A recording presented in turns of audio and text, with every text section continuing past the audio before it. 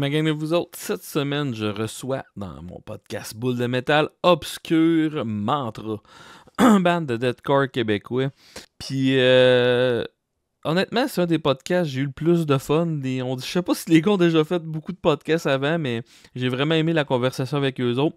On parle de la scène du Québec, on parle de leur groupe, de leur parcours, de leurs influences, du deathcore en général. Un épisode bien intéressant. Aussi, bientôt, je vais commencer à annoncer des shows, fait que suivez-moi ces médias sociaux.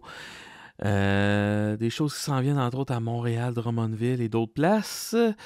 Sinon, pour la suite, comme d'habitude, vous pouvez me suivre sur mon Patreon. Merci à tous ceux-là qui me suivent d'ailleurs déjà sur mon Patreon. Et bon épisode! Dans le fond, la raison pour laquelle j'ai starté ça, c'est que je sais qu'il y en a un peu de podcasts, mais tu sais, les humoristes qui ont des podcasts, je pense qu'il y a plus de podcasts d'humoristes que d'humoristes en tant que tel. Fait que là, je me suis dit, tabarnak, tant qu'à triper autant sur le métal que ça, aussi bien on en partira là-dessus, parce que on sait bien que s'il y a le métal québécois, on dirait que vous avez plus d'exposure partout sauf au Québec, là. Partout dans le monde. C'est weird, mais c'est vrai. Pour vrai, en Russie, on voit les stats, on est comme, qu'est-ce qu'on fait là? Genre? Tu sais, c'est ridicule, mais c'est ça. Hey, tu sais, le gars qui a fait un review de notre tune qui parle justement En allemand? en allemand, là. Ça sonne plus russe qu'allemand, ça, je te dirais. C'était juste, je parle de ça. C'était québécois, dans le fond. Ouais, C'était il n'a juste pas fini son secondaire. Ouais. de Laval. C'était dans deux...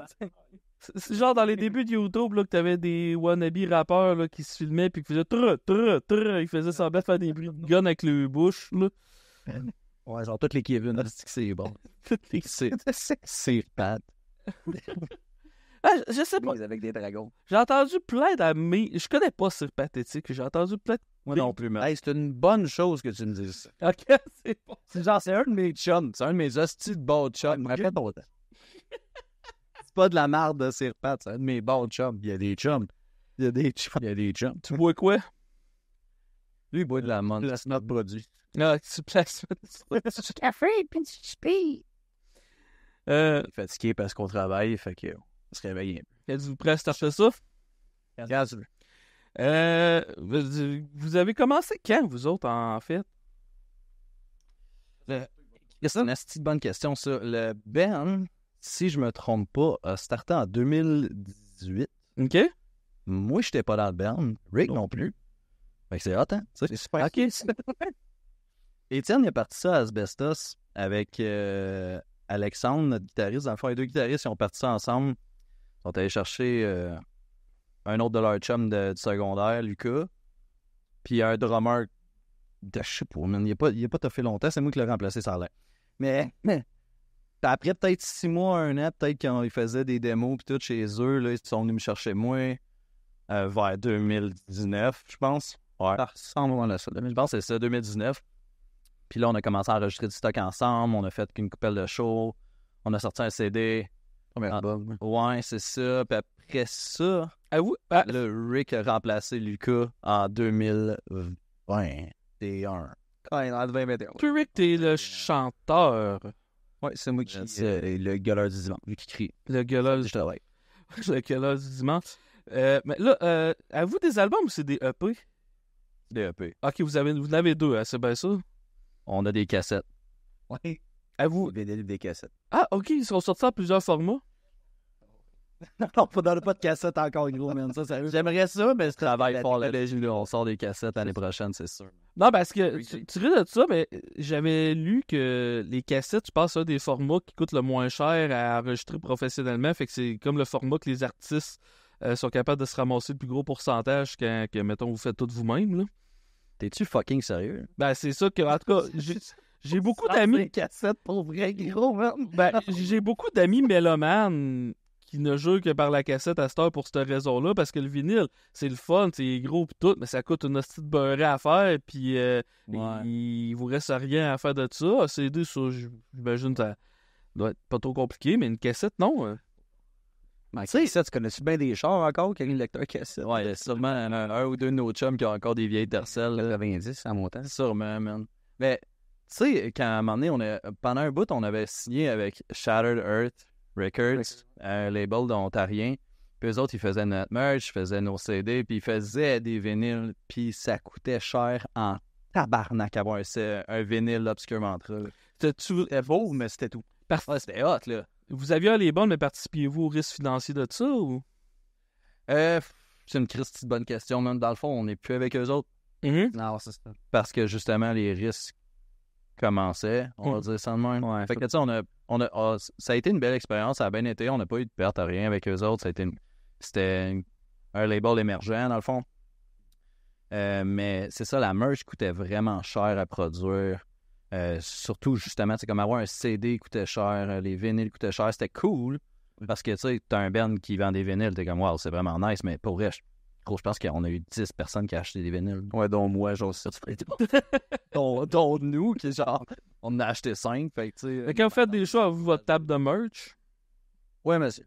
Ouais, c'est ça, parce Ouais, que... même Parce que tu vois, moi je me suis déjà fait faire des chandails, ça me revenait à 13 pièces du chandail à peu près, là. Je sais pas si je me faisais avoir ou c'est dans les... Ouais, c'est Et fait en main comme toi, je fais, ça ressemble à ça, 12,500 d'ailleurs.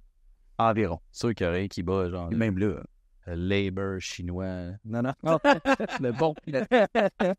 Non, mais je veux dire, c'est sûr que c'est cher faire de la merch, man. Ouais. Ça, t'es vraiment cher. Le good old days de make de la merch, là, genre, le monde se faisait des équipes de baseball de village, puis ça coûtait genre 39$ pour l'équipe. Là. Ça, c'était the good old days, ça se fait plus. Ouais, c'est genre 39$ par pouce. Ouais, c'est ça. Ah non, c'est l'enfer. Ça, en plus, là, je sais pas si vous avez joué dans des places qui sont de même, mais je sais qu'il y a des places à cette heure qui se ramassent un pourcentage de la vente de merch, là, c'est n'importe quoi, là. Man, Gabriel, là. C'est mal ridicule. Ça fait des années, man, que il y a des places qu'ils run ça, puis ça fait tout le temps de la poisse, man. Tu sais, il y a des door deals, des merch deals, il y en a que c'est sa consommation. Je parle pas de drogue, là, je parle de... Non, mais... En fait, c'est genre, c'est con, mais comme, si t'es capable d'avoir un deal, mettons, tu sais, je sais pas, man, tu sais, mais j'ai déjà entendu parler de ça, mettons, des deals de comme si, en gros, de la bière, t'as un montant là-dessus, mais l'inverse, que comme la salle prend sur ta merch, tout ça, hey, ça, c'est un common thing, mais souvent, ça va être dans les grosses villes que tu vois ça. Ouais, les salles... ça date de loin, là. J'ai lu la biographie de je me rappelle plus quel groupe glam des années 80, puis fallait qu'ils pour jouer dans les bars sur le Sunset Strip, fallait qu'ils payent genre 4 à 600 pièces. Le band devait payer pour jouer. Ça va bien. Ça, c'est qu'on a ça. Ouais, Puis le bar se ramassait toute la porte, là. Genre, fallait que tu payes. Ouais, 100%. Puis la seule affaire que tu fais te rembourser, c'est avec ta merch. Mais tu sais, la plus grosse paye, c'est l'exposure. Ah ouais, ça c'est le classique, ça. Ouais, tu vas être famous si tu joues ça. Tu vas te faire voir devant 6 personnes, ça va être malade. Famous, yo. Non, pour vrai, je comprends l'histoire que tu veux dire là-dessus, mais je pense qu'on a été chanceux et on n'a pas eu à dealer avec ce genre de deal-là. Non, Adam, on n'a jamais eu ça. De l'affaire que tu parles de la merch, là. J'ai déjà vu ça, mais nous, on est chanceux, ça nous est jamais arrivé, là. Le pire que moi j'ai vu, c'est quand, mettons, justement, le deal, il est bon, genre. Là, tu signes, tu prends le contrat, tu joues à telle salle. Puis là, finalement, le show pas une calissement en plus que prévu. C'est sold out. Ils vendent de la bière comme des attardés mentales. Puis là, il arrive avec des problèmes. Ouais. Il arrive, Les extraits. même mon Sandman, il coûte plus cher à soir, non? Le gars de lumière qui était pas là, on l'a appelé, il a pas le choix. Fait que, j'ai réservé pour un buffet, là, puis finalement, il était pas là, mais tu sais, il faut qu'on les paye. Ah, ben, tu sais, je veux dire, on reste que comme, c'est des petits bands au Québec, tout ça, fait que, c'est des histoires de même, toutes les bands peuvent t'en raconter, il t'est arrivé plein de shit, tu sais, on a déjà couru après un gars dans le parking pour notre argent après un show, comme, hey, reviens ici, notre paye, puis il part, là. Vous rattrapez? Ouais. Non, ça va bien. Mon char allait plus vite que lui. Ouais. Il est gros, notre paye, puis attends un peu, ça sera pas long, puis il commence à courir, puis on est comme, il s'en va à son char, tu sais. Genre, j'ai déjà été dans un groupe, moi, Believe It or Not, puis ça m'est arrivé une fois, ouais. Puis en plus, il a fallu qu'on se batte avec le gars, puis le gars nous a payé, puis une chance qu'il nous a payé parce que son crise de bar faisait faillite la semaine d'après. Fait que si on avait attendu une semaine comme il voulait, il nous aurait juste pas payé. Oh my God. En fait, oh my God, OK. Trouve-les. Trouve-le à cette heure, ouais. Trouve-les. My God. Votre style, dans le fond, vous le définissez comme du deathcore, j'imagine, ou On est dans la famille du deathcore, là. vous avez une bonne dose... vous avez une bonne dose mélodique, étant donné... Ouais, c'est ça. Tu sais, souvent, il y a du monde qui vont dire qu'on est comme du mélodique deathcore. Sinon, c'est du death metalcore Mhm. pour bien d'autres. Fait que, on touche à gros des affaires autour du deathcore. Mais tu sais, on n'est pas comme pure deathcore parce que justement, tu sais, on a beaucoup d'effets sonores dedans. Ouais. On a du violon, ces affaires-là, pis tout ça. Puis souvent, quand le monde dit c'est un band de deathcore, souvent, tu as un vrai deathcore band. Tu vas moins voir ça quand c'est du pure deathcore. Mais de plus en plus, les bands commencent à être un peu comme nous autres, là, genre à juste fucking mettre. Ben, à tout rajouter. Mais c'est sûr qu'il y a de beau avec le métal en général, c'est que tu peux rajouter de tout, tous les c'est sous-genres, puis ça se fait facilement, puis ça se fait, on dirait, naturellement aussi. J'ai même entendu du saxophone cette année. Je trouve ça sexy. Ils ont mis un breakdown avec du saxophone. J'étais comme, what the fuck, c'est sick, regarde. C'est full violent, mais il y a du sax. Je sais pas si vous écoutez un peu le grindcore, mais je sais qu'il y a beaucoup de bands qui font faire, qui mettent John Zorn, le saxophoniste, fait que même Napalm Death, un coup j'ai écouté leur album. Oui, on Kiss, il y a du saxophone dans Napalm Death, tabarnouche. Ah, c'est malade, man. Ça met de la couleur, man. C'est tellement sick. Ça saisit, puis je pense que c'est l'effet voulu, puis en même temps, là, c'est ça qui est hot, là. La prochaine affaire qu'on fait, c'est de la flûte de paix, man. Ah ouais. Pourquoi pas? On va chercher un vrai péruvien, man. Tu pensais que la merge coûtait cher? Après ça, on vend son poncho sur Internet.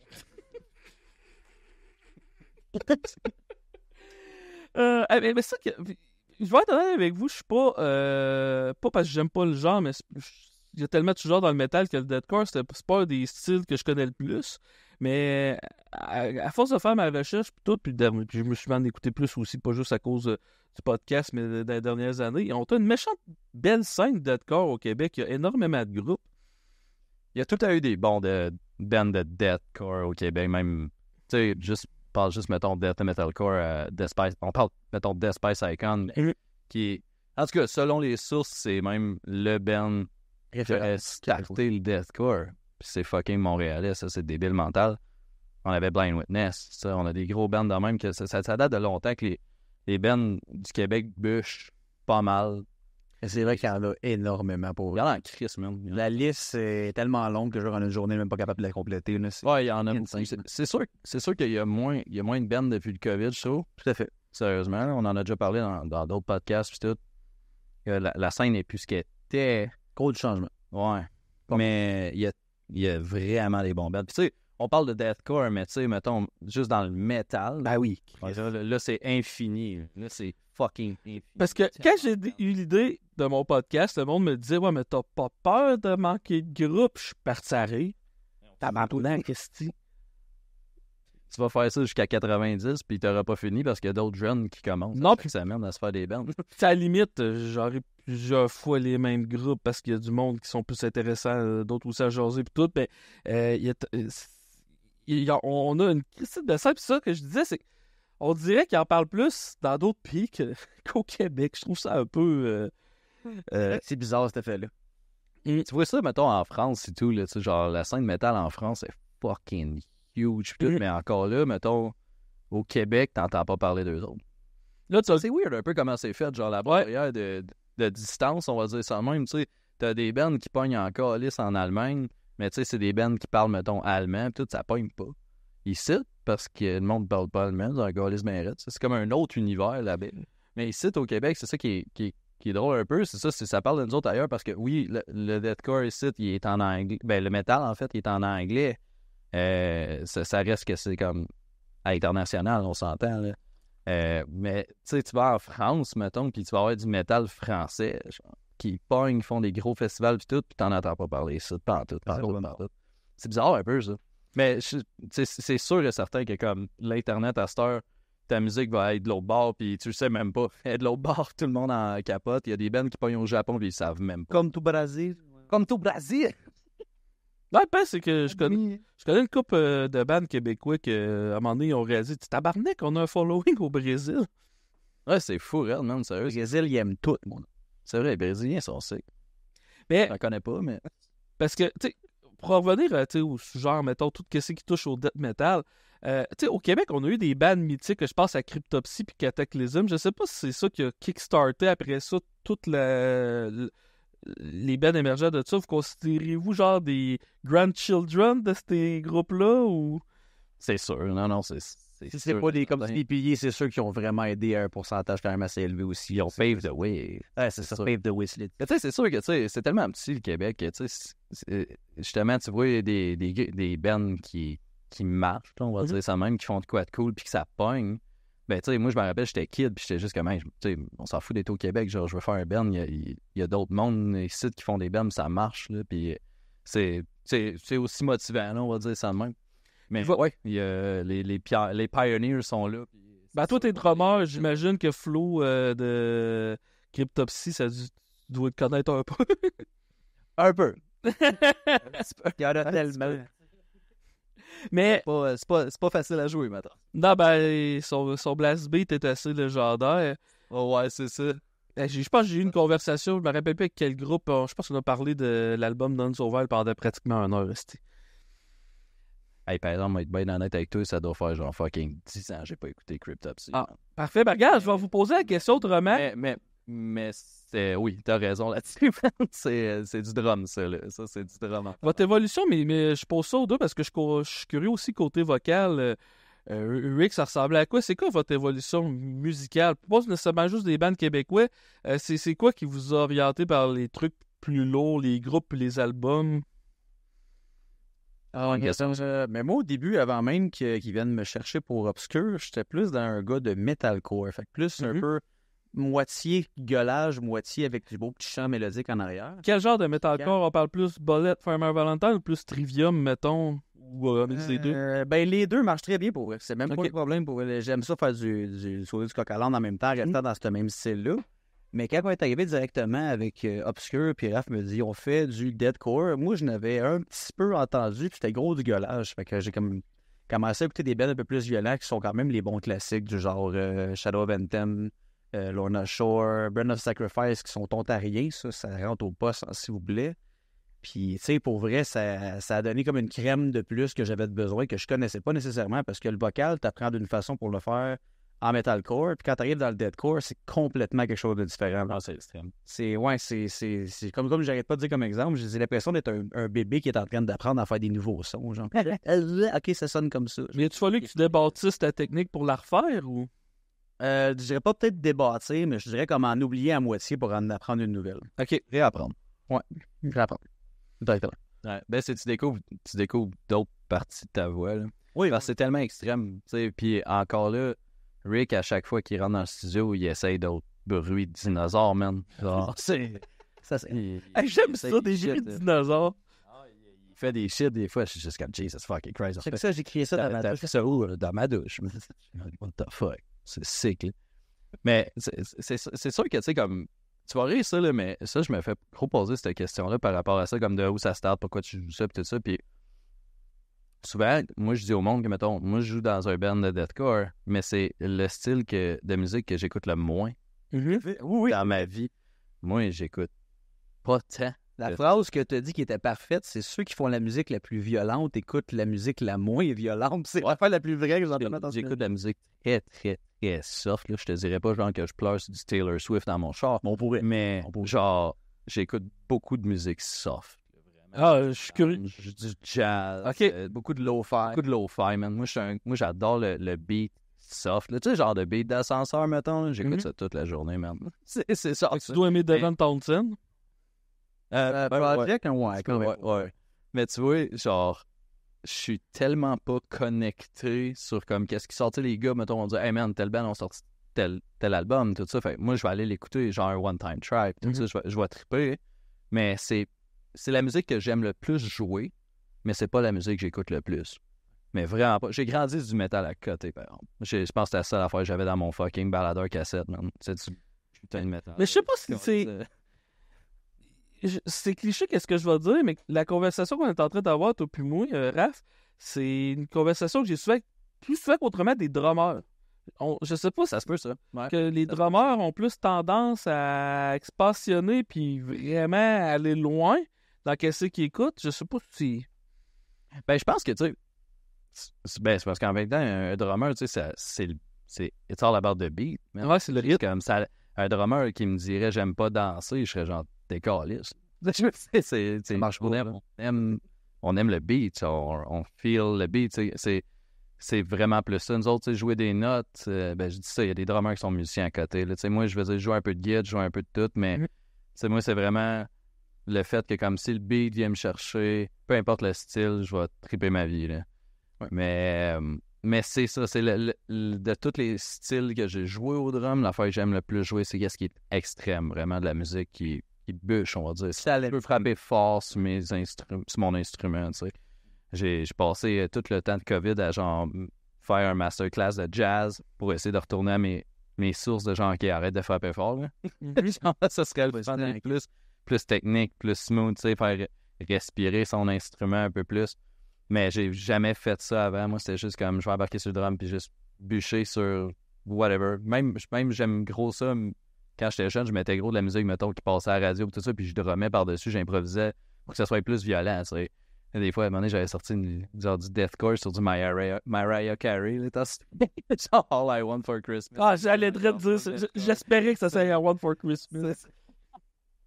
Pas jouer, c'est un classique. C'est ça, tu sais, c'est ça, tu sais, qu'est-ce que j'aime jouer, c'est vraiment le métal, mais c'est pas la musique que j'écoute le plus. Quand même drôle, je dis souvent ça au monde. Ben, mais je reviens, mais par exemple, tu m'as dit dans ton adolescence, t'écoutais juste ça. C'était quoi les groupes que t'écoutais? Juste ça. Hey man, j'ai pas, ça a sauté du coq à l'âne. J'ai grandi sur du All That Remains, fucking As I Lay Dying, Parkway Drive. Tu sais, j'ai passé de metalcore, genre, jusqu'à The Spice Icon, puis là, August Burns Red, tout ça. J'ai commencé à vraiment...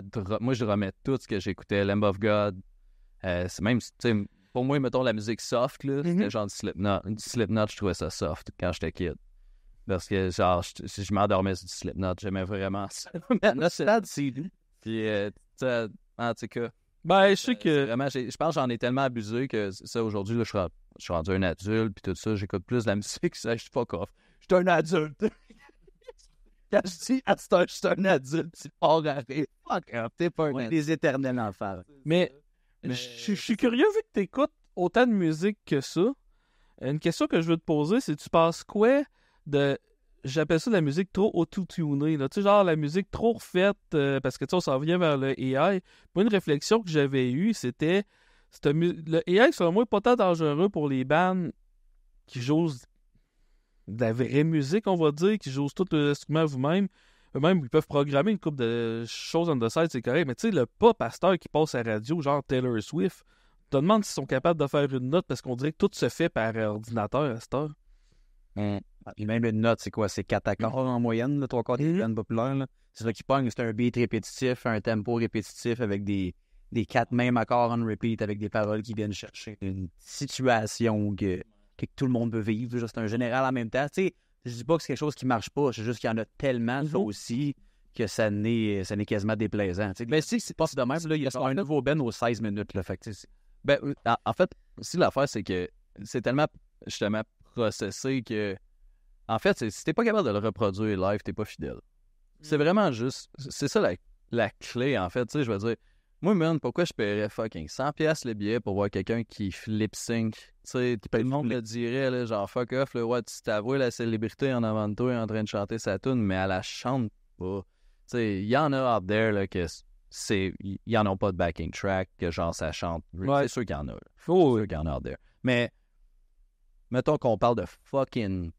rap trap music, là, genre la musique qui passe à la radio que les jeunes écoutent gros à Star et tout ça, c'est juste du gros autotune backtracké. Puis sur le stage, le gars, il a même pas le micro dans les mains, quasiment, il est de même. Puis t'entends la musique, puis t'entends sa voix sortir des speakers, puis t'es juste comme dude, c'est ça le show que les jeunes aiment à Star, mais j'ai bien dit, moi j'ai de la misère avec ça, c'est sûr, j'ai bien de la misère. Vous êtes dans quelle tranche d'âge?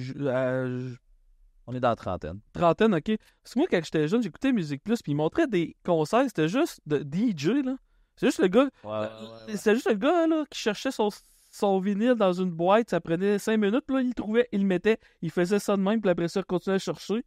On dirait que la musique à cette heure, des fois live, c'est l'équivalent de ça que tu parles de, mettons, un rappeur, whatever. Il y en a beaucoup de rappeurs qui jouent live. Je suis pas en train de toutes les bâcher, mais il y en a... Ouais, t'as raison.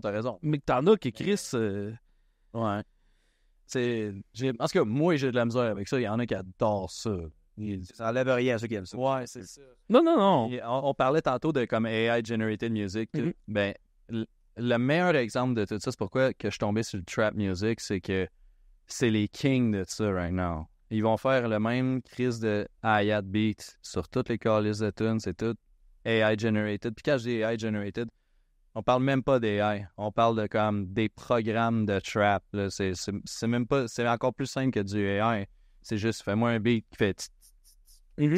Puis ça part, là. Puis là, ils vont faire une tune, puis ils vont vendre ça, puis ça pogne que le Christ. Ça, c'est moi, ce que j'appelle, c'est de la musique pas travaillée. C'est vraiment... Il y a même pas d'instrument là-dedans, man. C'est juste un 808, c'est juste un gros Christ de 808, puis ça pogne en tabarnak, puis c'est... Tout. C'est generated. Parce que, une autre affaire, je pense que la dernière affaire que le AI va être capable de faire, c'est du growl. Je sais pas si vous avez entendu des Suno, des AI demain qui essaient de faire ça. C'est dégueulasse. Là, c'est vrai. Il y a trop de distorsion là-dedans. Ça va être dur à se rendre jusque-là, mais je suis convaincu, donne-toi 5-6 ans encore. Là, Ils vont sortir genre ça va être flawless. tous les dinosaures de Jurassic Park. Ils vont juste crisser tous les bruits. On va des cochons en train de... Ouais, c'est ça. Une ligne droite. On fait une toune de death. Je suis curieux. Si je reviens au deathcore, parce qu'on parle de ça, une des particularités d'à peu près tous les groupes deathcore que j'ai écoutés, c'est jusqu'à quel point que le son, je parle pas des riffs, je parle vraiment du son de la guitare, du drum, de la voix, puis tout, c'est pristine en studio, je sais pas comment dire, genre, c'est... Vous, quand vous enregistrez, c'est de vous donner la pression d'avoir le son quasi parfait, ou... C'est sûr qu'on a les outils pour... tu sais, moi, je dis tout ça au monde. T'sais, nous autres, on est self-produced comme Ben. Ok, c'est une question. C'est ça, c'est un petit setup. Il n'y a rien de fou dans la tête, man. On enregistre tout nous-mêmes. Par contre, on commence à les faire mixer, masteriser. La semaine prochaine, on masterise notre nouveau stock au Beam. Le Beam, c'est un studio à Saint-Adrien qui est dans une ancienne église. C'est un studio incroyable. C'est merveilleux juste à regarder. C'est débile. C'est complètement débile.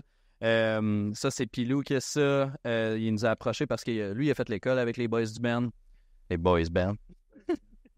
Puis, dans le fond, on a eu une rencontre, tout ça, puis on leur a parlé que, dans le fond, nous, on fait tout ici, tout nous-mêmes, mais on voulait commencer à explorer, faire masteriser notre son pour, justement, le booster, comme on dirait, en bon québécois. Oui, le bon son. Mais c'est ça, l'affaire, c'est ce que je dis souvent au monde, c'est que à cette heure, c'est le meilleur temps pour pouvoir comme s'enregistrer haute qualité. Plus, il n'y a jamais eu un meilleur temps pour ça. Tu sais, dans le temps, c'était tellement compliqué puis c'était tellement coûteux s'enregistrer pour avoir un bon son. Il fallait que tu aies des micros, il fallait que tu aies une salle insonorisée, il fallait tellement d'équipements puis de ressources puis de temps. À cette heure, avec les programmes, tu as une bonne ordi, tu as un bon programme, tu as du temps si t'es avec toi. Tu vas enregistrer straight out the box, puis ça sonne très, très puissant, très bien. Nos guitares sonnent bien, le drum sonne bien, la voix, c'est plus facile. Mais comme tu dis aussi en même temps, c'est pas vraiment stressant pour nous autres parce que nous, quand on vient ici, on est comme au chalet. C'est un chalet. Ouais. On arrive ici, on installe, genre, en fait, un quart de tonne, parfait, on fait un quart de tonne, on s'arrange avec ça. On ne donne pas un rush pour finir ça parce que nous autres, sur nous, la vie, c'est un peu comme de la merde. Quand tu forces, c'est de la merde.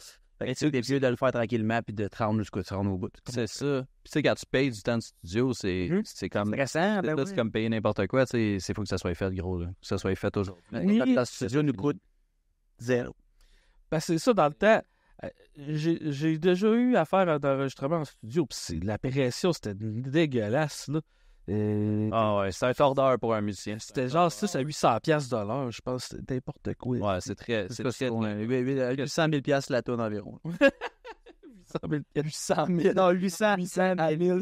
Ok, 800 000, c'est tabarnak. Qu'est-ce que tu November Rain de Guns N' Roses? Écoute, cher, le Bing vient de te dire. C'est le nouveau chanteur de Linkin Park. Hey, juste pour vous dire, dans le temps, mon ami s'était gossé un studio dans sa maison en 2004, puis il avait vraiment mis le paquet. Puis il habitait proche de lignes à haute tension. Fait que ça avait servi à rien. Fait qu'on t'entendait tout un petit buzz dans ses tracks. Juste pour... C'est tellement décevant. Même s'il était en dedans, mettons. Oui, même s'il était en dedans. Mais tu sais, ouais, s'il enregistrait dehors, c'est très... Ma question est conne. Il était-tu dehors? Il entendait, tu sais. Ouais, il aurait pas, mettons, dans un garage, je sais que les murs étaient pas isolés, mettons, là.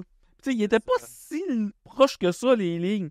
Fait que, à cette heure, c'est ça qu'il y a de le fun avec la technologie, jusqu'à quel point qu'elle s'est améliorée. Comme je suis curieux, vos guitares, jouez-vous dans un ampli pour vous les micer ou vous pluguez ça directement dans une pédale qui On est travaille, dans une carte de on son? travaille avec. Dans le fond, c'est comment le mot exact? Mettons, dans le fond, on travaille avec des XFX. Les XFX, dans le fond, plein d'artistes utilisent ça. Là, c'est des digital pedals. Fait que, dans le fond, on n'a pas d'amplificateur sur le stage. On passe par des pédales que notre ampli est à l'intérieur. C'est du direct-in qu'on appelle. Ouais. Fait que c'est un son qui est processé comme un ordinateur. Tu sais, les guitares passent par des ordinateurs, carrément. L'ampli est dans la pédale directement. En fait, c'est pas juste l'ampli, c'est pas mal tous les amplis existants quasiment. Puis toi, côté, De plus en plus, les bands sont là-dessus. Là. Puis toi, côté vocal, c'est quoi fais-tu quelque chose pour bloquer l'écho? Comment ça marche? Parles-tu en studio quand on en... Ah, en studio, ouais. En studio. Hey, tu vas rire, man. Là, on a juste un fuck. Ok, c'est ça que je pensais. Bad de même. Ouais, tu sais, c'est ça. rien catastrophique. Ça fait un job en Encore là, c'est ça. Puis encore là, il existe des plugins pour comme camoufler l'écho de ta room. Parce que moi, ici, cette maison-là, ça a 200 ans. C'est un chalet, tu sais. Ça résonne ici, là. Mais, tu sais, je vais avoir de l'écho naturel, I guess. Mais si je veux l'éliminer, 2-3 clics sur mon programme, puis c'est fini. Toi, ton drum, Mais il y a une couple d'années, je pouvais pas. t'es-tu miké ou c'est un drum électronique ou... Le drum, en fait, comment que ça fonctionne, c'est que le drum, il est tout fait en MIDI. Fait que c'est un drum fait à l'ordi encore. Mais l'affaire, c'est que le son du drum, mettons mon snare, mes cymbales, tout ça, c'est le son de mon vrai drum. OK. On veut la plus de fidélité possible, pareil. Exact. Puis c'est ça, encore là, ça, c'est des programmes fantastiques, man. Ça coûte cher, mais une fois que tu l'as, c'est fantastique. T'sais. J'ai jamais besoin d'aller masser m'enregistrer. Ben, tu sais, ça, c'est de le setter les premières fois, ben après ça, ben, tabarnache, c'est ta business, là. J'ai une question. On fait ça aussi. J'ai une question pour Rick. Pratiquer du vocal de même, tu fais ça comment? T'as-tu des cours de chant ou toi, tu t'es développé ta propre technique? Je te dirais, je me suis pas mal développé tout seul, mais en même temps, il y a tellement de... Moi, j'appelle ça mon ami YouTube, là, qui est la meilleure personne au monde pour faire tout ce que tu veux dans la vie. Ça peut prendre des techniques de bien des personnes qui sont willing des données. Of course, il y en a beaucoup qu'il va falloir que tu payes pour. C'est normal, ça vient avec aussi. Mais pour vrai, j'essaie vraiment de faire ça le plus souvent quand ma blonde n'est pas là pour pas y casser les oreilles. J'imagine ça dans... Il fait dormir à 10 heures. Ah non, c'est pas la joie pour elle, on s'entend, là. Puis non, à date, les meilleurs moments pour vrai que je trouve les affaires flyées, c'est genre 7h30, 8h le matin en allant au gym, juste avant de me rendre sur la route, là. J'embarque là-dedans en char, puis j'essaye des affaires random. Là, pour elle, la madame qui promène son chat dans la rue, elle doit capoter me voir le matin, là, comme un sans-dessin. Mais pour vrai, comme je disais, c'est vraiment le principe d'essayer de faire en sorte que ta bouche produit des sons que tu n'as jamais fait de ta vie. C'est ça qui est vraiment fucked up. Un peu surtout à dire c'est comme faire des bruits de monstres, man. Oh oui, c'est sick. tu vois des jeux vidéo vraiment qu'il y a des sons flyés que tu fais faire. Puis moi, ce qui est un bon talent que je suis capable de faire là-dessus, c'est que je suis bon pour imiter. Fait que je vais trouver flyé faisant ça, c'est pas si pire, là, je l'essaye, puis je fais comme en essayant d'imiter ce son-là, j'ai modifié ma voix, puis c'est ça qui va donner ce son-là. Tu as chanté longtemps et tout. Oui, quand j'ai précisé le metalcore, ça l'aidait, mais ils disent dans le metal, surtout dans le scream, ils disent si tu sais déjà chanter clean, ça va te donner déjà un bon coup de pouce. C'est sûr que tu sais comment travailler ta voix, man. Tu découvres ta voix en même temps. Là. Exact. Mais tu sais, juste pour revenir aux jeux vidéo, c'est Mike Patton, je pense, qui doit faire je sais pas combien de jeux vidéo qui faisaient les bruits des monstres, et donné que ce gars-là, tabarnak, est capable de faire ce qu'il veut avec sa voix, là. Exact. Il y a beaucoup de producteurs de jeux vidéo commandés, ils ont allumé que tabarnak, on va se prendre des chanteurs de metal pour faire nos bruits de bobites, esti. Ben, il y a l'Académie des monstres qui ont pris genre ça une 10-15 de chanteurs métal pour être capable de faire des sons de jeux vidéo, de films, de courts-métrages. T'as jamais vu ça, tu revois ça, c'est assez impressionnant. L'Académie des monstres. Ouais, c'est ça, hein. Tu revois ça, c'est genre environ peut-être une douzaine, même jusqu'à une vingtaine de chanteurs de métal dans tout style confondu. C'est un documentaire, c'est quoi ça? C'est québécois. C'est une compagnie. C'est une compagnie qui vend des sons. C'est des voice actors, dans le fond. C'est des voice actors de monstres, de whatever, man. C'est des bands émergents québécois. Puis en même temps, je dis émergents, il y en a même qui sont déjà même plus connus. Il n'y a pas un gars de Bukaki, là? Il y a le chanteur de Bukaki, là. Ouais, c'est ça. La chanteuse de Fall of Stasis qui est là-dedans aussi. Tu sais, ils sont vraiment plusieurs. Puis c'était intéressant à regarder parce que t'es vois ensemble, là, c'est genre 10 screamers qui font le même genre de scream, mais pas pareil. Puis là, ils le mettent tout dans un son, puis ça a l'air d'un son de démon. T'es comme, je serais jamais capable de faire ça tout seul. Ça, c'est débile, man. C'est débile, raide. C'est malade. Ouais. Ça, c'est un exemple parmi tant d'autres, tout plein d'affaires qui existent. Je sais qu'il y en a beaucoup américains, européens, tout ça. Là. Mais l'Académie des monstres, ça, c'est vraiment quelque chose d'intéressant à aller voir aussi jamais. Surtout qu'au Québec, on a tellement de compagnies qui développent des jeux vidéo, c'est un peu naturel que ce genre d'affaires-là se développe ici, j'imagine. Ouais, c'est ça. C'est quand même cool qu'il l'aille offert ici parce que, comme tu dis, au Québec, d'habitude, la musique métal, on la connaît pas. Genre, le hype est pas là au Québec. Fait qu'en ayant à voir des compagnies de même, du monde qui sont vraiment intéressés à faire ce genre de choses-là, ça n'est pas mal plus intéressant pour la musique québécoise. Je devrais faire ça, moi. Oui, je pense que je vais avoir des choses à faire. Je me déplace à Montréal. C'est qui, man. Moi, à part à Montréal pour flipper des Je trucs. devrais faire un monstre que je peux tuer. Ouais, ça me fait plaisir. C'est moi, c'est moi que tu tues, là. C'est bien tué. T'es là avec ta mère, pis tu lui montres ça. Hey, maman, check, là, ça, là, c'est moi que tu tues, là. C'est moi ça au monde. Je sais pas s'il y a des tensions dans le groupe parce que tout le monde veut te tuer, mais Tout va bien. tout va bien, parfait. T'habitues dans ce temps-là. Avez-vous joué en dehors du Québec ou en dehors du Canada? Ouais, on a joué en Ontario, man, puis au Québec, c'est tout, là. On se promène dans les villes, on essaie toujours de se rendre de plus en plus loin, de faire des choses de plus en plus gros. Ouais. Mais pour vrai, ça dépend de la demande. C'est vrai, on est allé en Gaspésie. On est allé à gauche. Ouais, vous avez fait le... C'est quoi, le Gaspésian Metal Fest, c'est ça que vous avez fait? C'était malade. Pour vrai. C'était vraiment cool.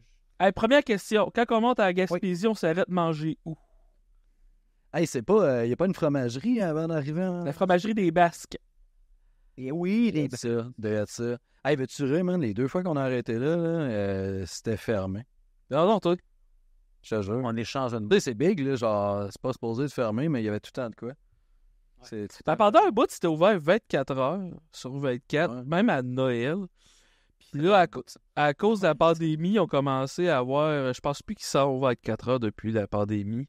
Mais moi, j'ai fait énormément de shows d'humour à Rimouski. Puis j'arrêtais tout le temps là. Puis comme vous pouvez voir avec ma bedaine, je suis un grand fan de ce genre de produit-là. Là.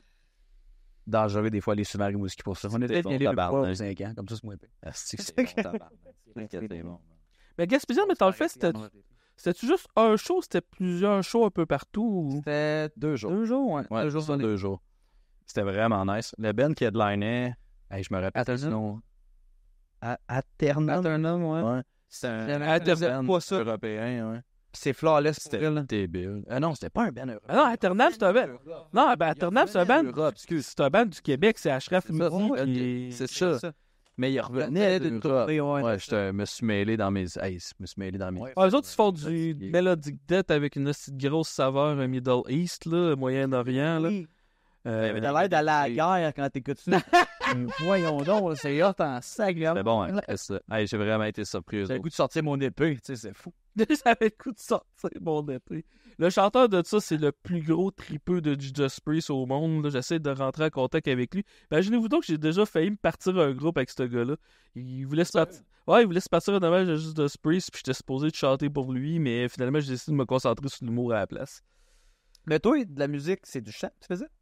J'ai joué de la guitare un bout, puis j'ai chanté pendant un bout. Ouais, moi, j'avais le tabarnak de voix aiguë, mais c'est que je suis pas un bon chanteur malgré tout. Là. Judas Priest, j'aurais pu m'en sortir pas trop pire, là, mais demandez-moi pas de chanter d'autres affaires. Là. Dans ces styles-là, dans ce genre-là? Ouais, c'est ça. Là.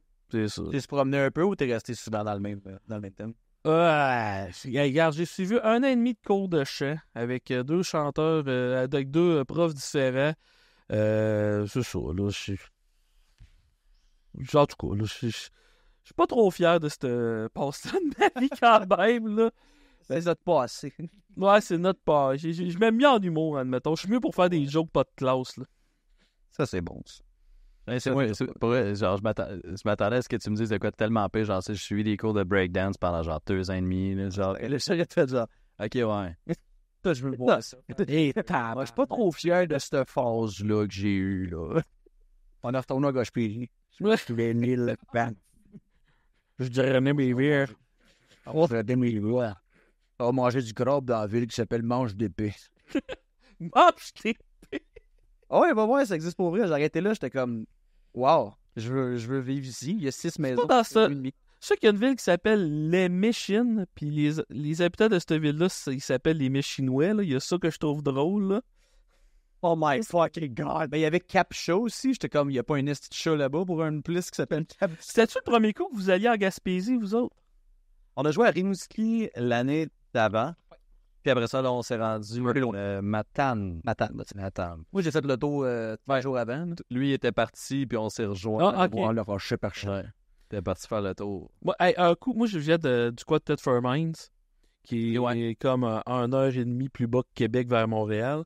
Puis nous autres, on avait sorti du cinéma. On s'était dit, hey, on va-tu au McDo? On arrive au McDo, fuck, il est fermé. On va aller au McDo à Sainte-Marie, fuck, il est fermé. On va aller au McDo à Lévis. On s'est rendu à Gaspé. Holy fuck. God damn. Puis lui, t'as ouvert. Non, on avait abandonné le plan du McDo. Là, on s'est juste dit, Chris, on va se taper un road trip tant qu'à être rendu là. On se trouvait drôle, mais quand on s'est endormi au volant descendant, on se trouvait moins drôle. Ah non, Ouais, c'est clair, Calis. Surtout qu'il n'y a rien à part une ligne droite. Là. Une bonne run. Une bonne run. Ah, puis se rendre là, c'est de la quantité, je sais pas vous autres, là, mais la quantité de campeurs là, de Winnebago que tu peux pas dépasser. Là. Il y a un bon 3 heures de route que s'il y a quelqu'un en avant de toi, là, même si tu as un quadriporteur, là, tu seras pas capable de le dépasser, le calice de quadriporteur. Là. Ça, puis 80% de construction à grandeur du Québec aussi. Là. Eh, ça, c'est l'enfer, c'est tacite. Incroyable. Vous avez joué aussi à Sainte-Paix. Ça, c'est un show que vous aviez organisé? Oui et non, elle a une couple que oui. Ah, ok. En fait, la Sainte-Paix, À Drummondville. Drummond, on doit avoir joué peut-être 5 fois. Là. Ok. C'est notre salle principale maintenant. Mais moi, perso, j'avais jamais joué là à Obscure. Là. Ça, c'est parce que Véronique, notre manager, c'est elle, avec Bastard Production, qui a booké ces shows-là à Drummondville. Elle, je pense qu'elle est de Drummondville, en fait. Ouais. Puis c'est vraiment, perso, moi, je pense que c'est la place à Drummond. C'est incroyable. Le son est bon, la salle est Les nice. fanbase, le monde sont dedans, le monde font des backflips stage. Les toilettes sont propres. Les toilettes sont propres, oui. Il y a des toilettes, tu sais. Mais non, d'autres pour notre lancement qu'on avait fait là-bas, il y avait un de tes clients de tatouage que lui s'est pété le bras. Il y en a un autre qui s'est fendu à la tête, ça de long en arrière. L'autre qui est parti. Le monde sont dedans à Drummond. Stage, là. Ouais, le monde sont Tabarnak. C'est cool. Ah ouais. Parce que moi, Il arrive, il y en a au show, là. C'était curieux, c'est pas de mal. Curieux, c'est mal. moi, j'allais dire, j'ai déjà fait la première partie de Mike Ward dans ce bar-là, mais là, vous me volez mon anecdote. Calice, donc ben cool, les chats à 5. Non, ben écoute, je m'en rappelle de ton show. C'est ça. Non, mais parce que parce que le bar est pas énorme, je suis de souvenirs, la Sainte-Paix, là. Fait que pour un show d'être car, tabarnak, l'intensité doit être au maximum, là. Ouais, c'est le fun. Il y a 12 personnes, puis le bar est plein, là. C'est ça qu'il y a, toi. Les meilleurs shows, c'est ces salles-là, man. Sérieusement, c'est les meilleurs shows, là. Plus c'est petit, plus que je suis content. Mais c'est déjà arrivé que vous faites un show à quelque part, puis le staff du bar savait pas pantoute quel genre de soirée qu'il allait avoir?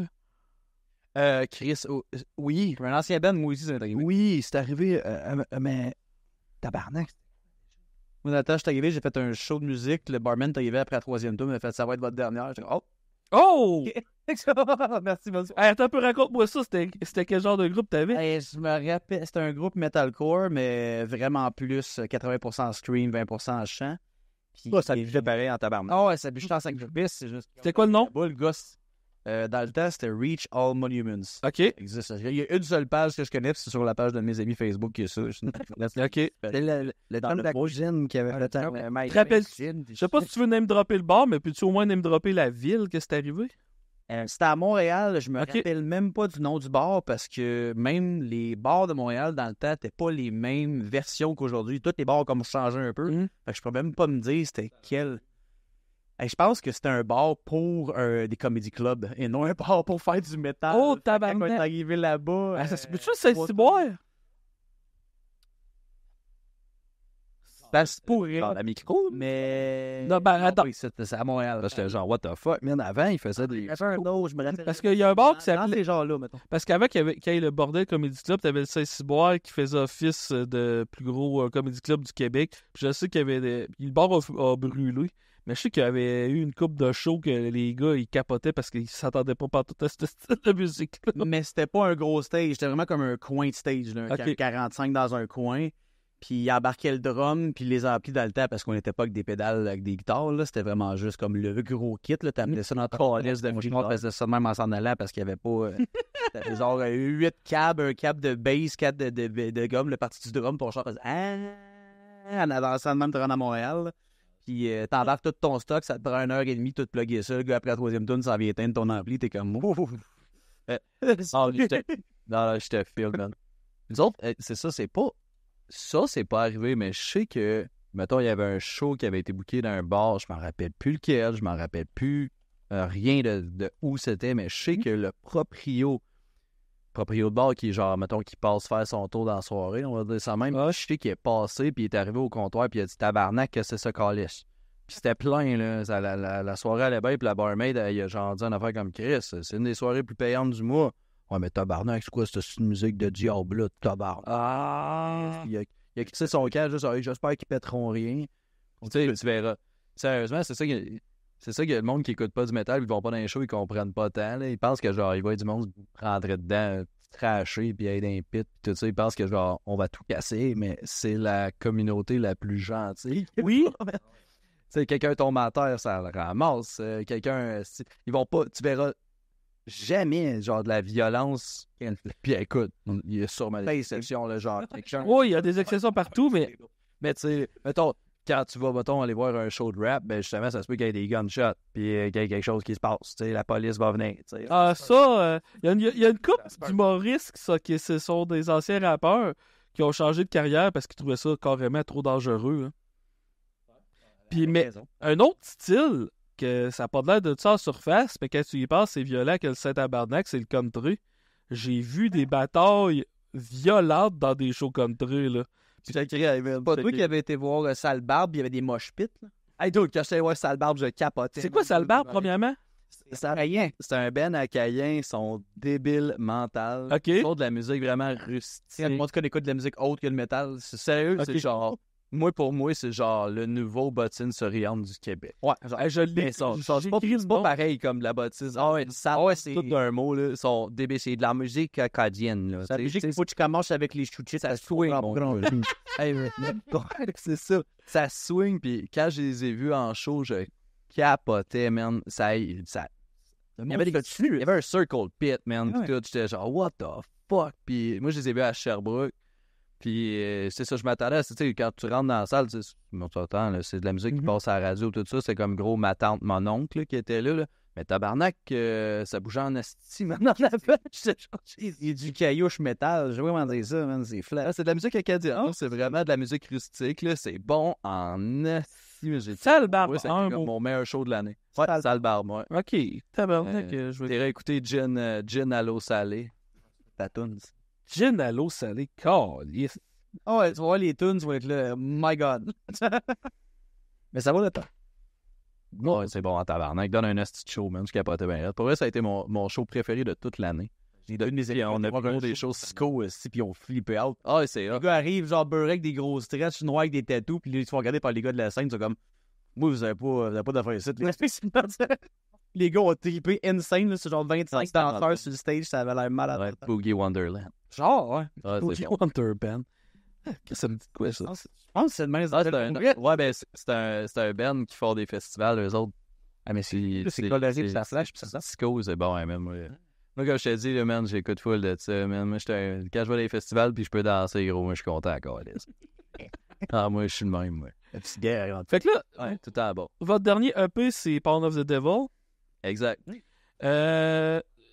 Étiez-vous sur le premier des deux ou vous êtes embarqué après ça?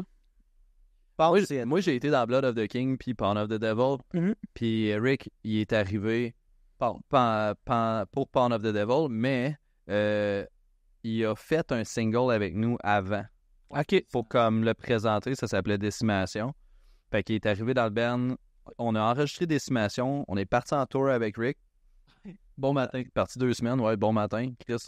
Puis Rick a fucking nail it, man. Puis quand on est revenu, on a enregistré Pound ensemble. On a produit cet album-là ensemble. Ça a été vraiment fucking nice. Ça a été tellement un bel album. Chalet. Ah, si qu'on a eu du fun, man. Ça a tellement été cool.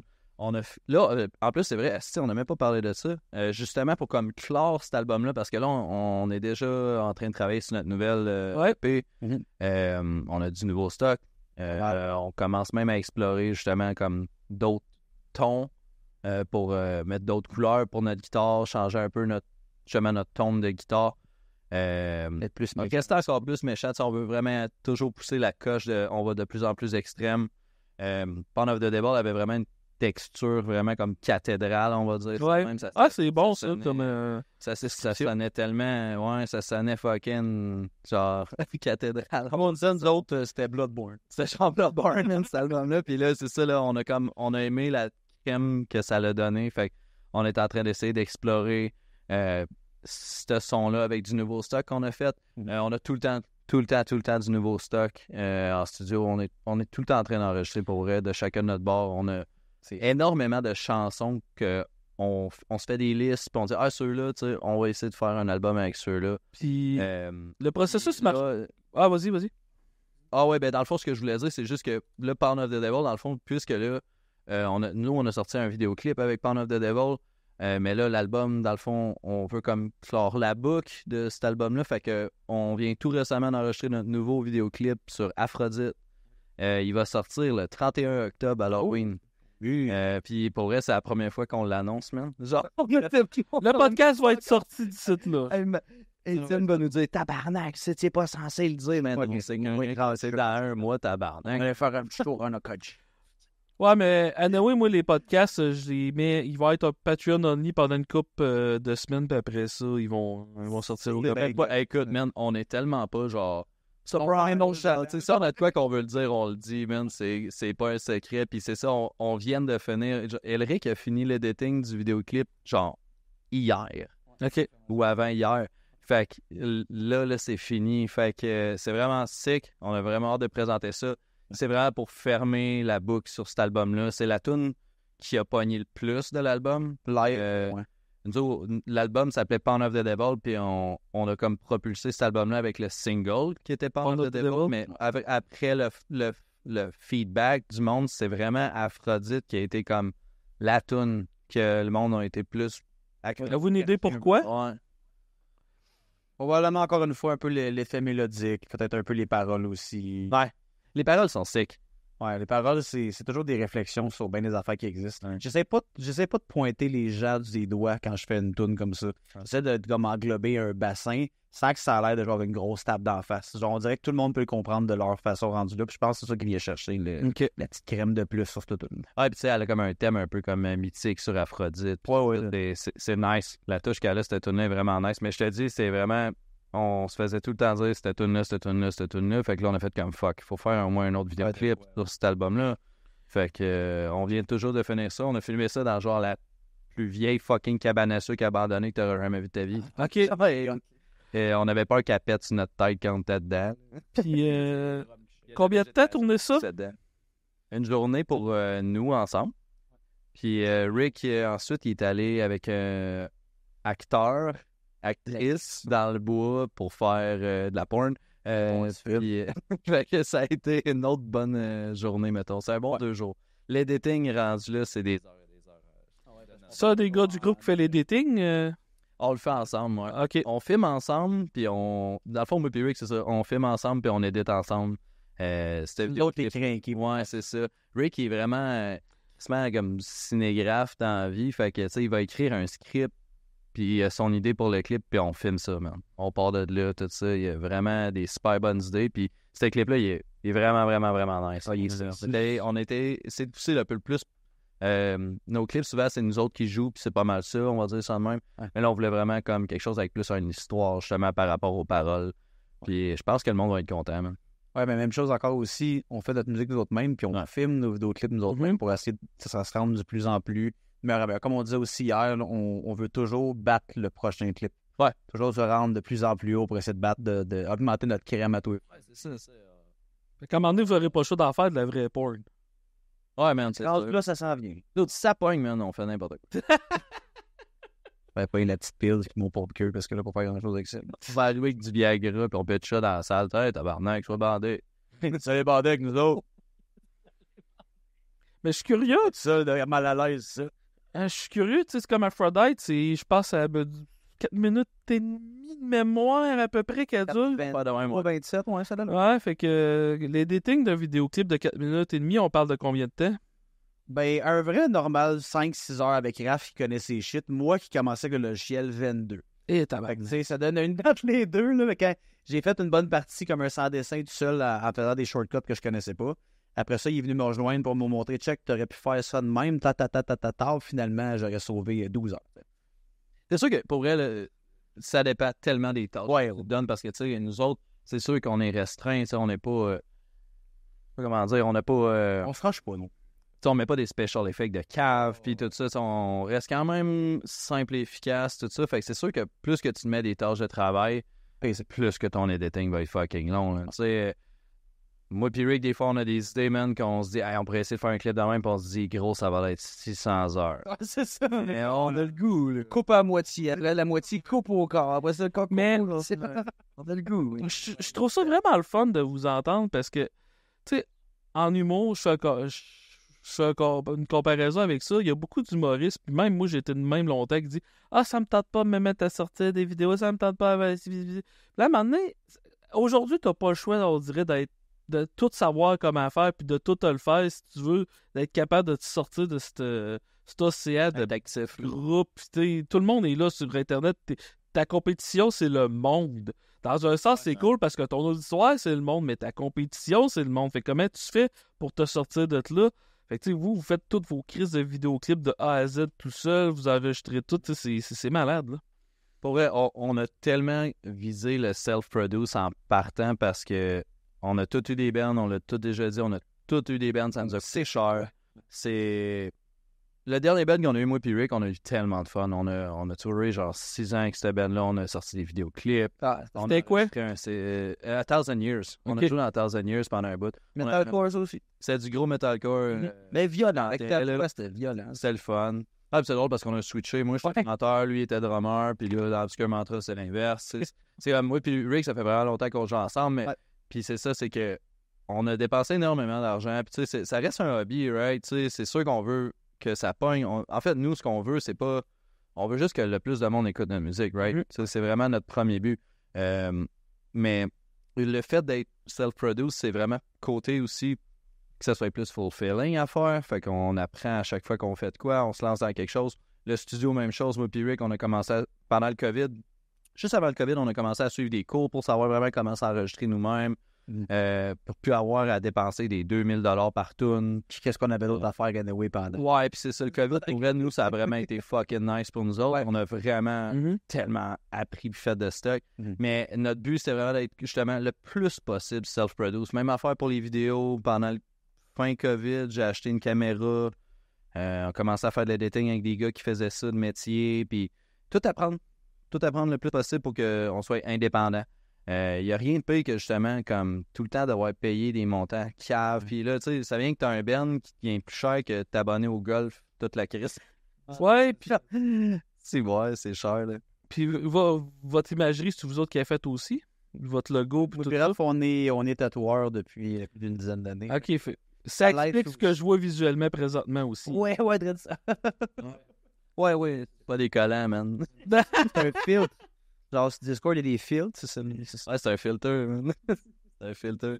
Mais ouais, c'est ça. Fait que, tu sais, Rick, il va faire des designs des fois. Écoute, man, l'autre fois, on montait un show. Je pense que c'était à Québec. On montait à Québec. Rick a designé un shirt. Le lendemain, on arrêtait à la maison pour partir faire un autre show. Puis il a imprimé ce shirt-là parce que aussi, il fait ses shirts. Les shirts qu'on vend, Rick, il produit de la merch aussi. Fait on a descendu au show la veille, il a dessiné un t-shirt, il a dit vous aimez tout ça? On a dit ouais, c'est ça quand Chris, le lendemain, il a fait avec une batch, il a fait on va ça à soir. Ça, c'est fucking sick, man. Sérieusement, même, ça a été surprenant. Le monde voulait notre merch pas mal plus qu'on le pensait. Tout le temps, des fois, t'es là, acheter 150 chandails. T'es comme, Chris, 150 chandails. Un design qui a plus que cette couleur va nous coûter une beurrée. Fait que on va en occuper, on va chercher les plantes, on va chercher les papiers. C'est ça. On essaie vraiment ça, là, de pousser le self-produce à fond. Qu'est-ce qui est cool aussi du DIY qu'on fait tout seul, c'est t'as pas de deadline, t'as pas besoin de te rusher à te rendre à une limite là, parce que si tu vas en studio, comme on disait tantôt aussi, là, faut que tu le fasses en 4 jours, sinon, il faut que tu aies un extra de plus. Combien de fois qu'on a réenregistré une tune 3 fois? Hey man, combien de fois, tu dis? Combien de C'est fois la qu'on a juste fait, finalement, on la fera pas, celle-là. tu sais. La dernière qu'on s'en va produire, mixer chez Le Beam, là, on a réenregistré la git au complet. C'est la tune qu'on a refaite le plus de fois la git parce qu'on a eu plein de petits problèmes, on va dire ça comme ça. Non, c'est les affaires. Mais on a réenregistré la git 4 fois. 4 fois. J'ai jamais fait ça sur aucune de nos tunes, mais ça nous a coûté rien. Tu comprends? Ouais, c'est ça. Ça nous a coûté rien. On s'essaie à la maison pour on le fait. Vous êtes combien de guitaristes, by the way? 2 guitaristes. OK. Fait que... donc, 2 guitaristes, un bassiste. hey, question vite de même, ils ont combien de cordes, vos guitares? 7? 7. 7, OK. Mais... On a déjà voulu aller vers la 8, mais... Je sais pas, ça c'est nous autres, c'est pas les guitaristes, hein. Tu sais, ça c'est nous autres, on dit « Ah ouais, 8 cordes, le gros, là. 8. » Lui, je bigger is better. Les filles disent ça, « Bigger is better, go avec une 8. » Puis là, ouais, mais là, ça commence à faire des cordes. on explique que le band québécois, que le B6, genre, je pense que la baisse était large de même, mais c'était large d'un mètre de large. Mais... mais je trouve ça le fun de votre côté do it yourself, parce que je pense... Je sens aucune amertume aussi de vous autres. Vous avez juste du fun à faire la musique que vous faites. Puis le fait de tout apprendre, puis tout faire vous-même, ça doit enlever un poids ses épaules dans un sens, parce que vous n'avez pas la pression. Puis si ça marche pas ou si ça sonne pas comme vous voulez, c'est vous autres les responsables dans un sens. Là, c'est pas un gars, vous avez... Hey, ça doit être sacré, tu payes un album en studio 10 000 pièces, mettons, tu sors de là, puis ça sonne pas partout comme tu voulais, puis... Man, je veux dire, tu sais, je produis Obscure Mantra ici, mais je produis aussi des chums par-ci par-là. Je commence à produire des petits bands. Moi, je fais pas ça de métier, là, tu sais, c'est mon side job, on va dire. Ouais. Même. C'est vraiment parce que j'ai commencé à produire une couple d'albums que là, je commence à être à l'aise un peu à accepter d'autres mondes. Puis tu vois, mettons, j'ai un band que j'ai produit cette année, une tune avec eux autres. Puis ils ont payé un gros montant pour enregistrer le drum ailleurs. Parce que moi, j'ai dit que je travaillais avec des drums MIDI. Fait que j'ai dit, faites juste m'écrire le drum. Ou, tu sais, je peux le faire aussi, mais faites juste m'écrire le drum, les partitions. Moi, je vais le faire en MIDI, puis on va sélectionner le drum qui sonne le plus fidèle à ton drummer. Puis, il a dit, ah non, on va l'enregistrer du drum ailleurs d'abord, vu que tu fais pas ça. Je dis, aucun problème. Puis, ils ont payé très cher. Je pense qu'ils avaient payé 1 000 pour juste le drum de leur tune. Juste le drum. Puis, quand ils m'ont envoyé ça, j'ai fait le saut. Là. J'ai dit, vous avez vraiment payé dans le beurre, parce que je peux rien faire avec ça. C'était enregistré, on aurait dit avec un téléphone cellulaire. Là. Ah, c'était très... Écoute, puis j'ai essayé, là. Parce qu'on peut faire des miracles pareil avec le logiciel. Le logiciel, right? Fait que j'ai essayé, puis j'ai juste fait comme... Ah non, puis j'avais trop de peine pour eux autres, parce que on s'entend, ils sont pas riches, tabac. Non. Personne qui est millionnaire, là-dedans. Il y a personne qui est millionnaire qui part un band. Ouais, c'est ça, tu sais. Fait que là, j'ai fait comme fuck. Fait que je me rappelle, j'ai refait leur drum le plus proche virtuellement de qu'est-ce qui sonne son vrai drum au gars. Puis quand je leur ai envoyé ça, les gars ont fait tabarnak, ça sonne en esti. Puis là, quand ils sont arrivés, je leur ai dit ouais, c'est pas votre drum enregistré, genre. Puis ils ont fait oh. Puis j'ai dit ouais, mais j'ai pas eu le choix, les boys. C'est juste, je suis vraiment désolé, mais je me sentais trop mal, vous avez payé trop cher pour ça. Fait que c'est sûr que qu'est-ce que tu dis de payer 10 000 puis t'es pas content, tabarnak, ça doit faire mal. Tandis que nous autres, si on n'est pas content, on retourne à la table à dessin, même. On retourne. Tu sais, dans les années 80, t'avais pas le choix. Meilleur exemple, ceux-là qui écoutent le podcast ne le voient pas, mais vous autres, vous le voyez. J'ai l'album Born Again de Black Sabbath en background. Cet album-là, c'était supposé être le gros retour de Black Sabbath avec le chanteur de Deep Purple. Mais l'album sonnait tellement de la merde dans le studio que vous passerez pas d'aucune crise de radio. C'est ça, les gars. On n'a pas de budget pour réenregistrer. Imagine, man. Ça a gros changé depuis le temps. Puis aussi, je suis un peu content de ça aussi. Là. C'est le best, man. Tu sais, what a time to be alive. Là. Hey, mais je suis curieux. Tu parles de ton drum MIDI, j'en parle de quoi de technique, mais es-tu capable, d'exemple, tu joues sur un drum électronique, puis ça va te le faire apparaître, puis après ça, tu remets les bons sons à one place? Un drum électronique, c'est du MIDI. C'est ça. Fait que, dans le fond, je pourrais juste... Tu sais, j'en ai un drum électronique, je l'ai déjà fait une fois, là, je m'étais branché, puis j'ai fait comme, ben là, celle-là, je vais la jouer. Mais... Tellement rendu bon à cette heure. On dirait que je suis tellement rendu habitué à le faire à mi-temps. OK. Genre, écrire mes notes sur Puis tu décales-tu une petite affaire pour que ça ait l'air un petit peu plus naturel, puis un petit peu moins Il y a un robotique? logiciel pour ça. Tu payes Ah, dessus, ça fait Humanize. Ouais. Oh, wow. C'est ça, tu sais, pour que ça sonne le moins robotique possible. Moi, je travaillais avec Superior Drummer. Puis Superior Drummer 3, c'est le dernier. Super programme, c'est vraiment incroyable. Puis lui, dans le fond, tu as un humanizer dedans. Fait que tu peux vraiment exagérer. Tu pourrais faire. Tu veux-tu qu'il drumme comme Lars ou tu veux qu'il drumme comme un robot, genre? Il faut pas qu'il drumme tes croches, ça, tu sais. Mais ça va vraiment décaler, comme tu dis, juste un peu, juste pour mettre un peu de couleur, puis ça fait que ça sonne le plus naturel possible. C'est sûr que nous autres, ça là-dessus, on a un petit peu de problème, puis je pense que toutes les bands qui font de la musique vraiment extrême au drum, qui travaillent avec des midis, il y en a énormément là, qui font ça, là, énormément. C'est beaucoup difficile pour pas que ça sonne justement Processé parce que c'est tellement extrême, c'est tellement rapide, tu sais, ça sonne trigger à mort. Puis c'est dur de faire que ça sonne pas trigger à mort parce que c'est tellement rapide, là, des grosses passes de drum qui rentrent, des blast beats qui rentrent. Tandis qu'en vrai, ça sonne peut-être pas aussi fort, là, ça sonne un peu plus weak.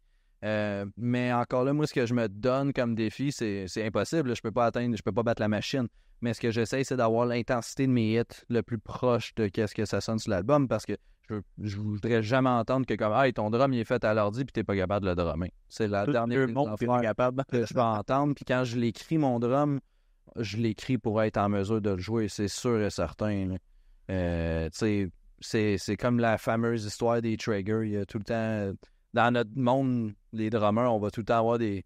Ah, lui, il joue avec des triggers. Ouais, mais c'est pas tricher, c'est un son. C'est un son. Même avec la backtrack aussi. Ça se peut que t'aimes pas ça, le son. Tu sais, qu'est-ce que tu veux, je te dise. Il y a une différence entre, mettons, un band qui va mettre un backtrack ou genre, même à la limite, il va rajouter une track vocale pour pas avoir à payer un chanteur qui fait du back vocal juste en arrière, mettons. Il y a une différence entre ça, puis mettons un band, exemple, Kiss, que je soupçonne que c'était pratiquement toutes les synqués leur dernière tournée. Là.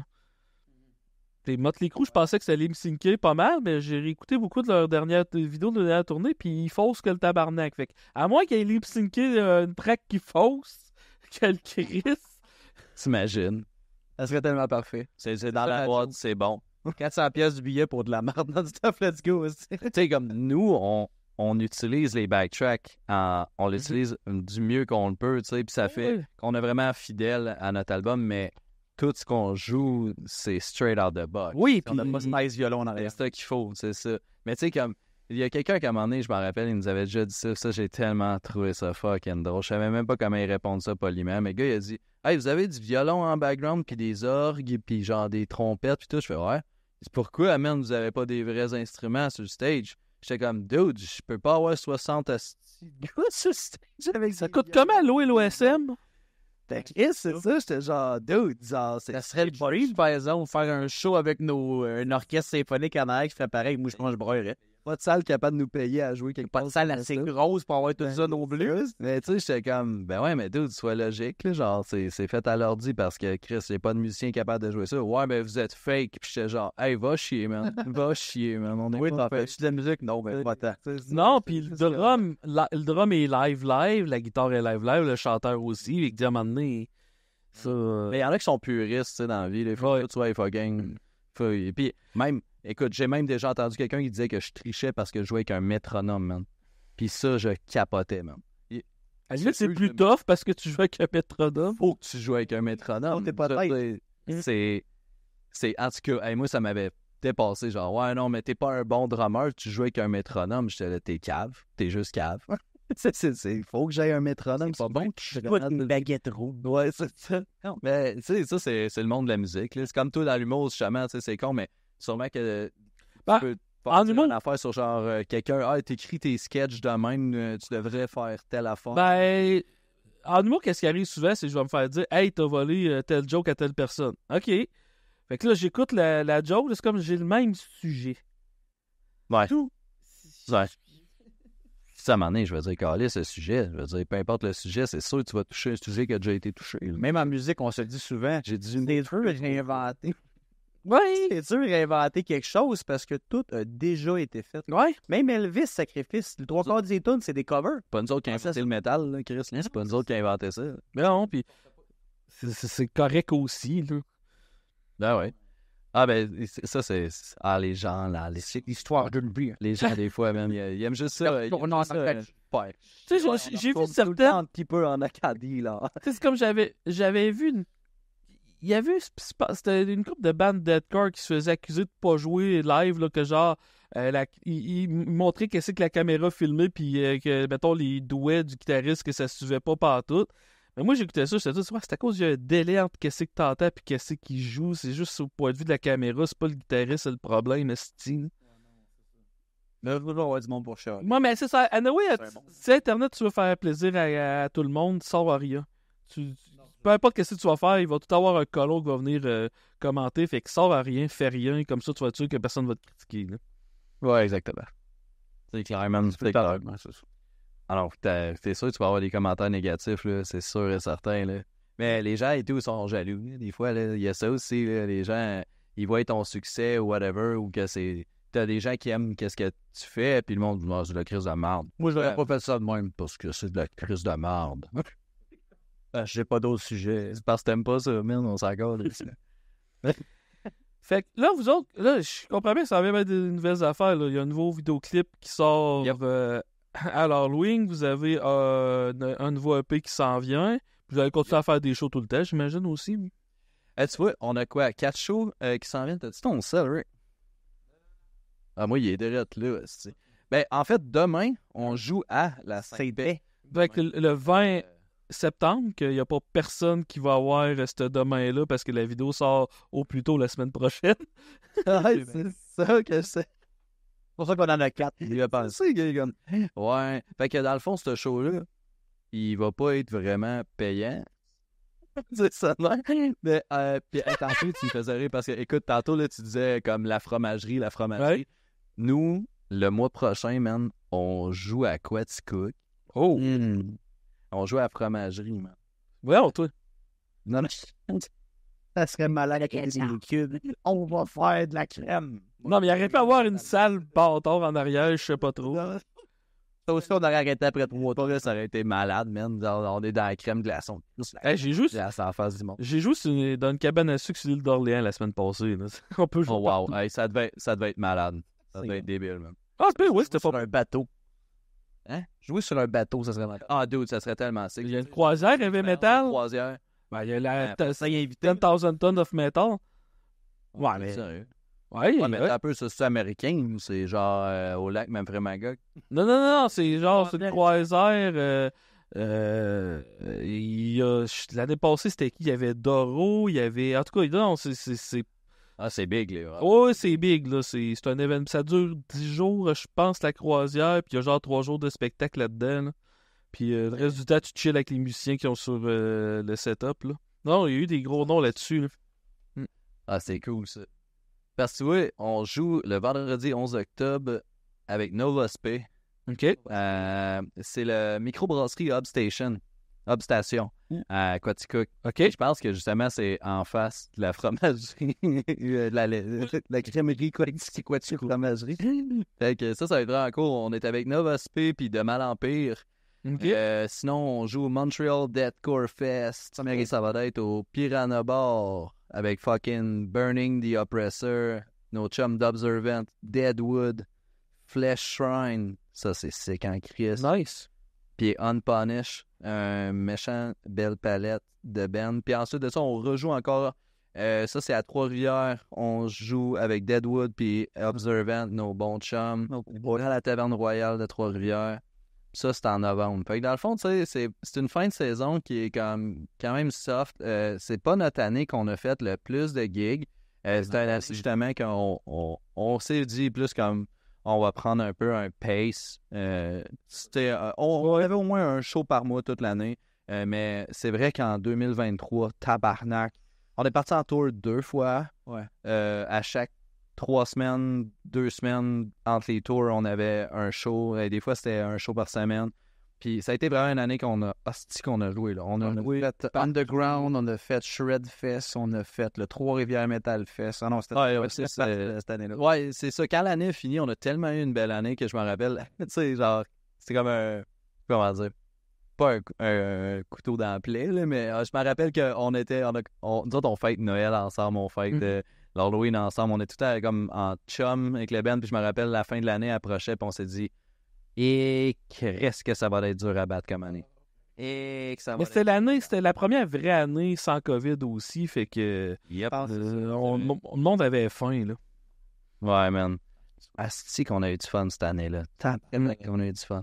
Puis vous autres, vous êtes pas mal actifs sur tous les médias sociaux aussi. On essaie. Vous avez votre Facebook. Fait que, tu sais, moi, dans le fond, dans la vidéo, tu regarderas dans les commentaires, je vais linker toutes vos socials là-dessus. Puis vos albums sont disponibles sur toutes les plateformes. J'ai même trouvé ça Amazon Toutes les Music. plateformes. Ouais. Je pense même qu'on est sur fucking Deezer. Je pense qu'on est aussi sur Pirate Bay. Pirate Bay. Ouais, Pirate Bay, tu peux nous pirater, man. Let's fucking go, man. Ah, qu'est-ce que le fun? C'est que sur Pirate Bay, non seulement tu peux télécharger l'album, mais en même temps, ils vont t'envoyer toutes sortes d'affaires que tu veux pas sur ton ordinateur, puis va t'apparaître tout le temps des pop-up que tu te promènes. Là. C'est le fun, Pirate Bay. Malade. C'est vraiment le fun, man. C'est un album puis des pubs de graines. Quand même. Ben oui. Enlarge your penis. Un bon virus. Un bon virus dans ton ordi. Ouais. LimeWire. Morpheus. Des bons. Hey, Morpheus. Morpheus. Là, On a dit parfait. Ouais, c'est Morpheus. mais là, moi, toutes les tunes, toutes les MP3 que tu téléchargeais là-dessus, ils finissaient tout le temps par un point .exe, là. Ouais. Étrangement, hein. Point execute, c'est malade. Oui, C'est vrai.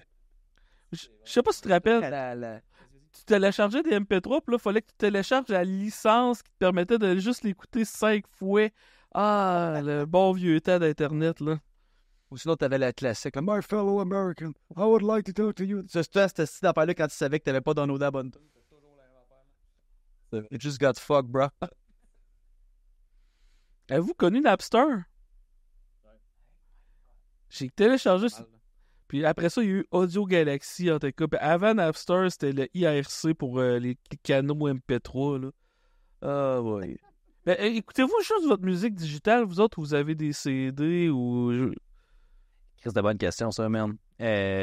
Tout digital, man. Tout est digital. C'est digital, ouais. Tout est rendu Spotify, à cette heure, tout est rendu facile, c'est comme ça, fait qu'on ne se passe Ouais. pas la tête. Ça nous laisse beaucoup plus de temps pour focuser sur d'autres choses dans notre DIY. J'avais un vinyle, ici, là. Une table tournante. L'aiguille a pété. Ouais, une table tournante, puis l'aiguille a pété, puis je l'ai jamais racheté. L'aiguille vaut 2500 pièces. Ouais. Fait que non, je suis juste là. 60 à 250 pièces, ça part de la qualité, là. Ouais, c'est ça. Fait que non, je suis juste lâche, man. Genre, je mets tout sur mon fucking Spotify, puis tout ça, c'est tout. Tu fais bien. Ouais. C'est bien correct. Moi, je suis un collectionneur de CD, mais je suis une bébite, là. Fait que, C'est un art, ça. un gros merci d'avoir accepté l'invitation pour le podcast, les gars. C'est super apprécié. J'ai eu du fun en tabarnache à vous jaser. Puis j'invite tout le monde à aller vous voir en spectacle. Hey, l'énergie doit être intense un hostie de temps, fait que... On a vraiment du fun. Tout le monde se fait mal au moins une fois à nos choses. Ben c'est bien. Fait que... Dans le bon sens. Fait qu'amenez vos blondes, fait comme ça, s'il y a... Amenez vos mères. Vos mères, comme ça a des bleus, vous allez pouvoir leur dire, c'est pas moi, c'est Obscur Mantra. Ouais. Amenez vos mères, on va s'en occuper. C'est déjà ça. Hey, merci à toi pour vrai, c'est vraiment cool. Merci de l'invitation, Fab. Yes.